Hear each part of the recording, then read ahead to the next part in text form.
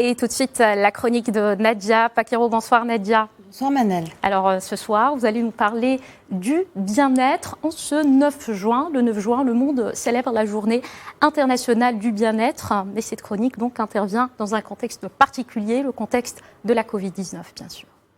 Oui, la notion de bien-être n'a peut-être en effet jamais eu autant de valeur en ces temps inédits que traverse l'humanité, une époque de privation, de limitation, de restriction pour protéger ce bien précieux qu'est notre santé physique, organique. Mais qu'en est-il de l'autre aspect tout aussi précieux de notre santé, la santé mentale, morale? Cette crise n'est-elle pas finalement l'opportunité rare de se poser la question essentielle de ce qui constitue le bien-être de chacun? La souffrance, la peur n'ont-elles pas été paradoxalement des armes pour amener les hommes à explorer leurs propres confins à l'heure de ce temps qui s'arrête et enferme le corps et l'esprit? Elles semblent en tout cas propices à la réflexion en ce 9 juin, journée internationale du bien-être, propices à la méditation, même pour regarder d'un peu plus près les particules élémentaires de ce bien-être devenu si cher aujourd'hui, encore plus cher. On en parle avec l'écrivain et penseur marocain Fawzi Skali également, docteur en anthropologie et ethnologie en sciences de la religion. Bonsoir et merci d'être avec nous. C'est un plaisir, merci à vous.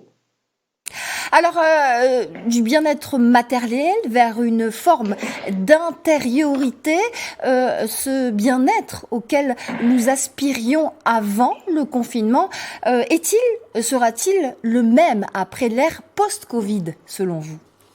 Oui, vous savez, c'est récurrent. Après chaque crise, on s'interroge sur le modèle de développement, sur le modèle sociétal. Et nous nous souvenons qu'après la crise de 2008, il y a eu des réflexions de fond sur les nouveaux systèmes de mesure du bien-être, finalement du développement d'une façon générale, en y intégrant justement, à côté des aspects quantitatifs habituels, eh bien, des aspects qualitatifs, des richesses immatérielles, notamment culturelles, sociales, la solidarité, le lien social, la qualité ressentie, subjective de la vie au quotidien. Nous nous souvenons que c'était une pièce maîtresse de Sa Majesté déjà en 2008 dans le discours du trône sur la question du capital humain. Ça a été ensuite redit à plusieurs reprises. Je crois qu'aujourd'hui, plus que jamais, nous devons réfléchir sur ce modèle sociétal à construire en y intégrant justement cette dimension du bien-être social, comme je le disais, culturel, mais également spirituel, c'est-à-dire finalement de ce sentiment d'être en conciliation et en accord avec soi-même, qui est une dimension essentielle de ce bien-être.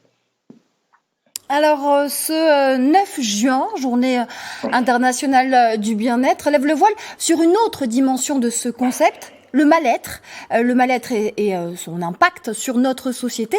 Qu'en est-il véritablement selon vous ? Vous savez que lorsque on s'interroge sur le bien-être, quelquefois on a du mal à se représenter ce que ça signifie, bien qu'il y ait eu des rapports fameux, par exemple le rapport Stiglitz et Amartya Sen, 2 prix Nobel, rien que ça pour parler un petit peu de cet aspect-là. Mais pour mieux se rendre compte des conséquences de ne pas prendre cela en compte, eh bien le coût du mal-être, ça se traduit aussi en coût économique extrêmement concret, notamment par exemple le surconsumérisme dans certains pays, par le fait d'avoir des dépenses absolument incroyables dans des stupéfiants, dans le surarmement, dans ce type de pratiques dont on imagine à quel point elles peuvent impacter nos économies et notre façon de vivre. Et donc, il y a des personnes qui ont réfléchi sur cette question, sur la façon de reconsidérer la richesse et d'intégrer cette possibilité donc de retrouver des valeurs spirituelles essentielles, un patrimoine immatériel propre à nos sociétés, en l'occurrence au Maroc, où il y a une richesse tout à fait remarquable de ce patrimoine, et donc de pouvoir intégrer tout cela pour en faire une nouvelle vision de notre développement sociétal et finalement un nouvel art de vivre et une nouvelle qualité prospective de la vie à venir après le Covid. Fawzi Skali, merci infiniment pour ce regard sur cette nouvelle notion du bien-être qui semble évoluer à travers cette crise du Covid-19. Merci infiniment. Je rappelle que vous êtes penseur, écrivain et également docteur donc en sciences de la religion, anthropologue et ethnologue également. Merci beaucoup Nadia. Merci également à votre invité.